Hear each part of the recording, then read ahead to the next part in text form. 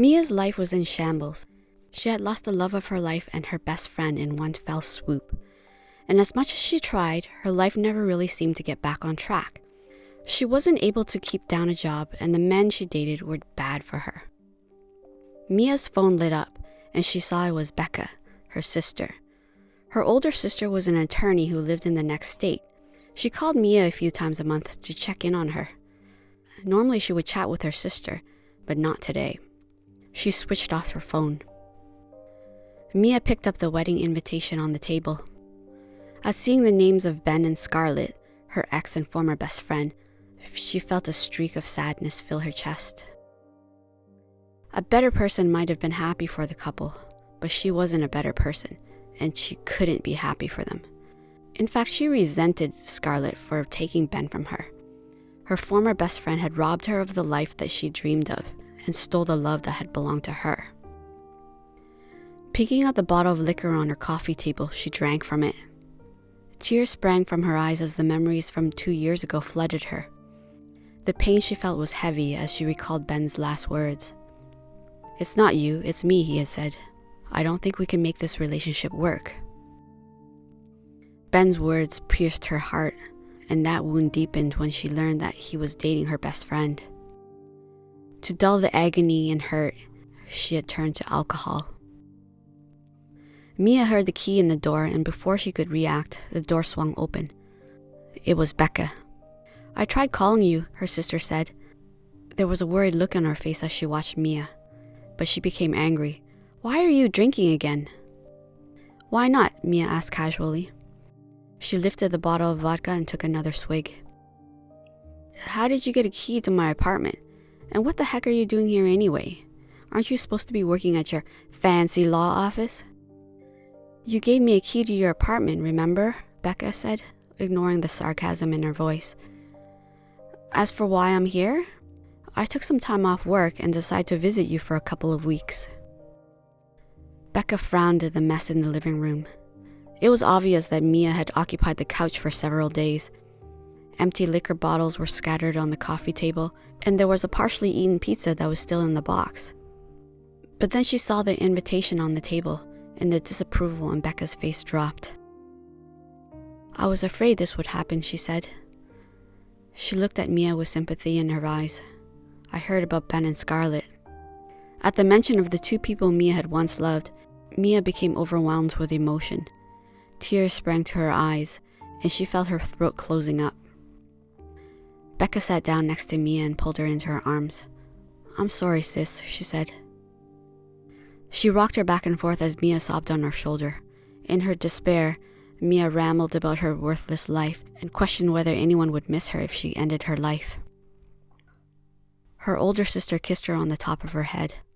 "You can't go on like this, Mia," she said, her voice gentle and filled with pain. "I hate to see you relapsing and suffering again, and you know Mom and Dad would go crazy if they heard you talking about this nonsense." "Then don't tell them," Mia mumbled. Their parents weren't aware of Mia's drinking problem.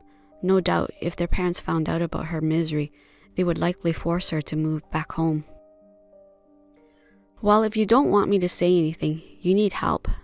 Becca paused. "Will you let me help you and take you to a treatment center?" Mia didn't want to go anywhere, but she was tired of her miserable life. She also knew that if she didn't agree to go to the clinic, her sister would certainly inform their parents. The last thing she wanted or needed was to have their parents involved. That would only lead to more pressure and nagging.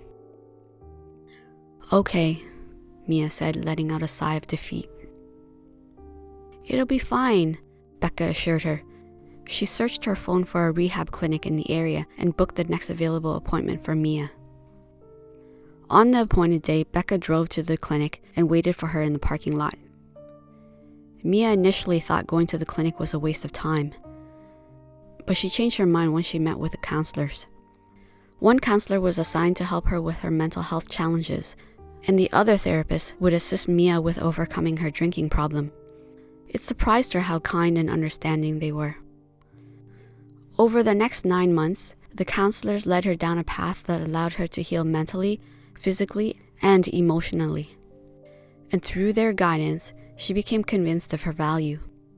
She also came to believe that she was worthy of receiving the love and help that people offered. As Mia moved forward in her recovery, Becca called and visited her often. Then, after a year of being sober, her sister dropped by to help her celebrate. "Let's do something special," Becca said. "Let's get you a dog." Mia was surprised at her sister's suggestion, but the more she thought about it, the more she liked the idea. Not only would she have a companion at home, but she would also have an ally to accompany her to the weekly support meetings. An hour later, they walked into the animal shelter and found Chester. Or rather, Chester found Mia. As soon as they met, the dog's tail began wagging, and he let out a happy bark. She bent to pick him up, and he licked her on the face.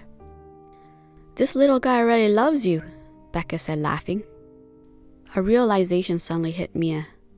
There was a lot of people in her life who loved her. She turned to her sister and said, "You know, I don't tell you enough how much you mean to me." Her sister grinned.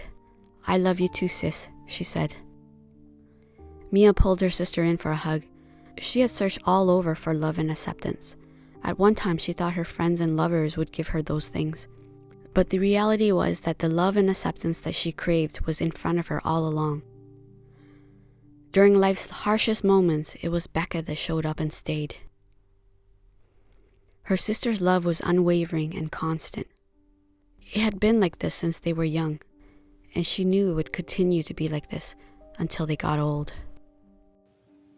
What did you guys think of the story?